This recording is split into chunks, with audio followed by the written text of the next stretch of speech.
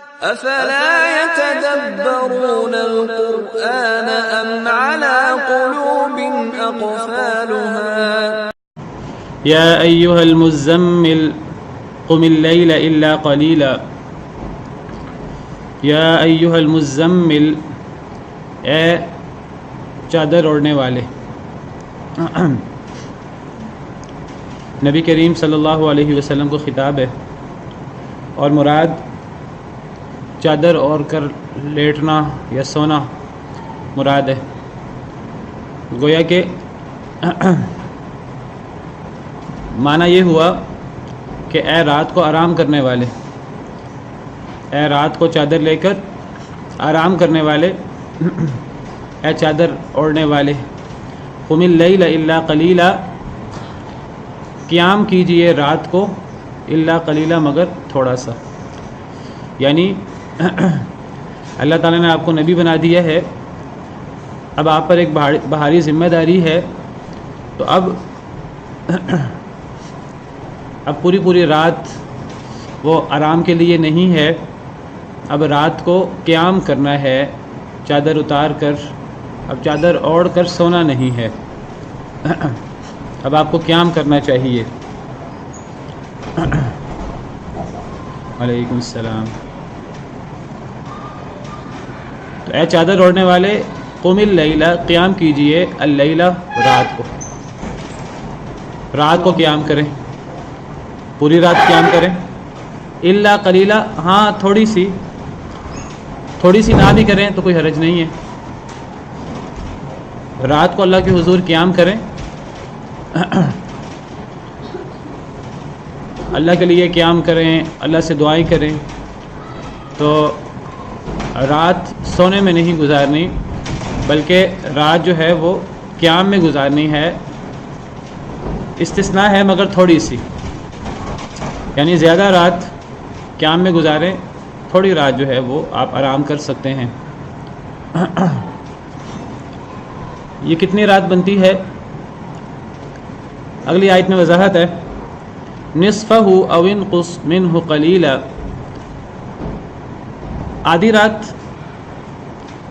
او انقص منہ قلیلا، یا کم کر لیں اس سے تھوڑی سی، آدھی رات قیام کر لیں، آدھی رات سو جائیں، یا آدھی رات سے تھوڑا کم کر لیں قیام، زیادہ حصہ سو جائیں، تقریباً تہائی رات، او زد علیہ، یا زیادہ کر لیں اس پر بھی زیادہ کر لیں۔ اس پر زیادہ کرنے سے مراد ہے کہ آدھی رات سے زیادہ کر لیں۔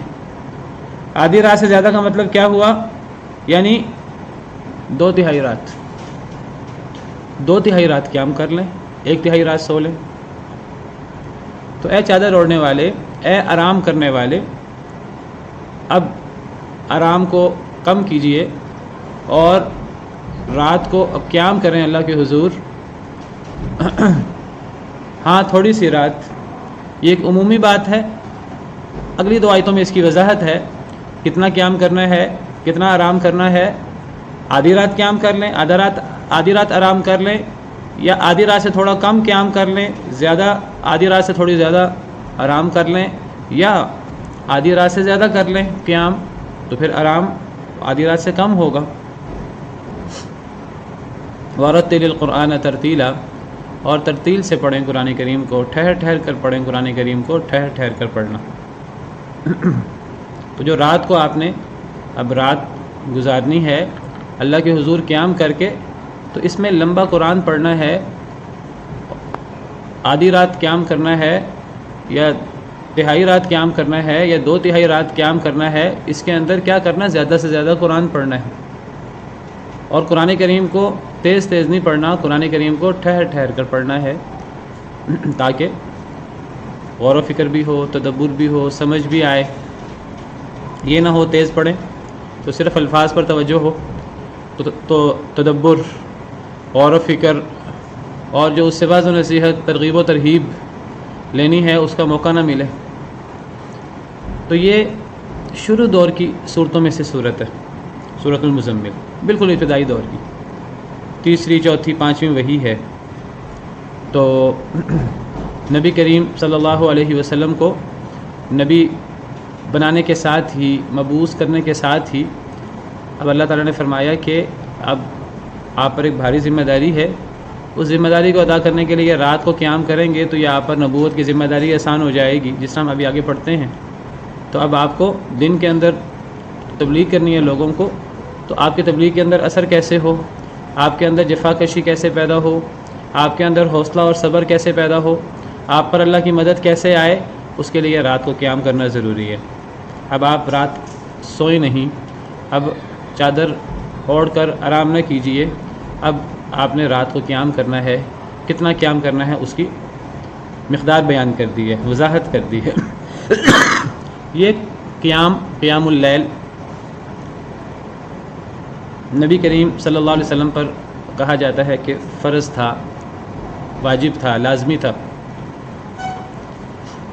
بطور خاص آپ کے لیے۔ جب اللہ تعالیٰ نے آپ کو نبی بنایا، رسول بنایا، اور رسولوں میں سے بھی سب سے افضل رسول سید الانبیاء والمرسلین بنایا، سید ولد آدم، تمام بنی آدم کا سردار بنایا، جب اللہ تعالیٰ نے یہ مقام دیا تو مقام ملتا ہے، ذمہ داری بھی بڑھتی ہے، عبادت بھی زیادہ ہوتی ہے۔ تو آپ کا مقام سب سے بڑا ہے تو پھر آپ کی عبادت بھی زیادہ ہونی چاہیے۔ رات کا قیام عام امت کے لیے، مسلمانوں کے لیے تو فرض نہیں ہے۔ فرض نمازیں تو اللہ نے 5 رکھی ہیں۔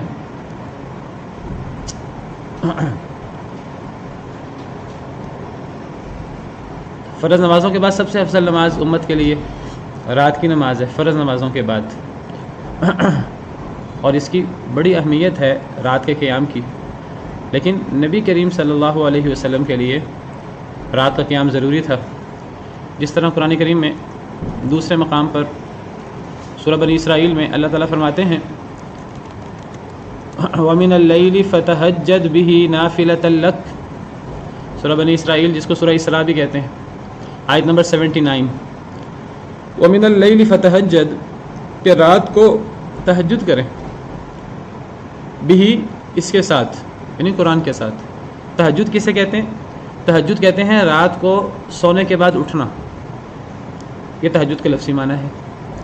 تہجد ہم عام طور پر کئی دفعہ کہتے ہیں رات کی نماز کو تہجد کہتے ہیں، ایک بندہ عشاء کی نماز کے بعد ہی رات کی نماز پڑھ لے، تراویح وغیرہ ہمارے ہاں رمضان کے اندر لوگ عشاء کی نماز کے ساتھ پڑھ لیتے ہیں، لغوی طور پر اس پر تہجد کا اطلاق نہیں ہوتا۔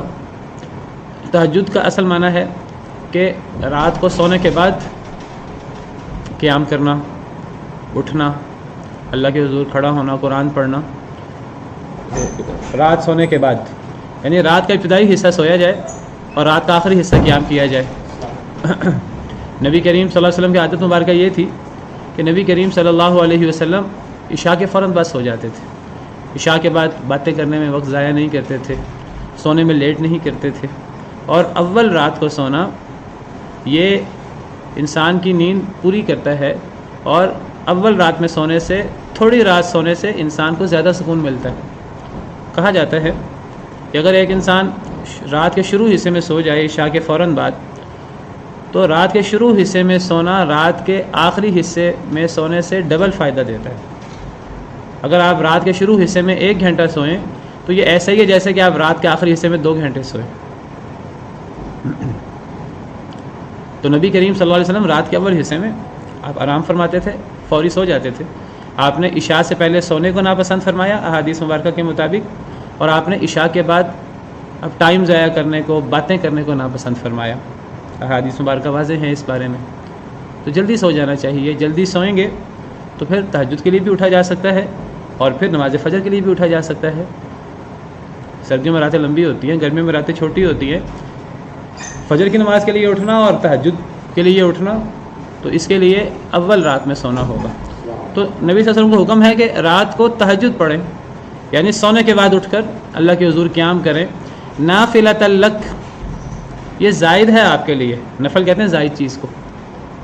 ایک فرض ہوتا ہے جو لازمی ہوتا ہے، نفل لغوی معنی کے طور پر نفل نماز یا نفل چیز، نفل روزے، یعنی وہ نماز، وہ روزے جو زائد ہوتے ہیں۔ تو نفل کا لفظی مطلب زائد، عام طور پر یہ نفل کا لفظ فرض کے بالمقابل استعمال ہوتے ہیں. لیکن یہاں نافلۃ لک سے کیا مراد ہے؟ یہ زائد ہے آپ کے لیے، یعنی باقی امت کی نسبت سے، باقی امت کی نسبت سے آپ کے لیے یہ ایک زائد نماز اللہ نے رکھی ہے. اور یہ فتحجد بھی ہی یہ امر ہے، حکم ہے اس میں.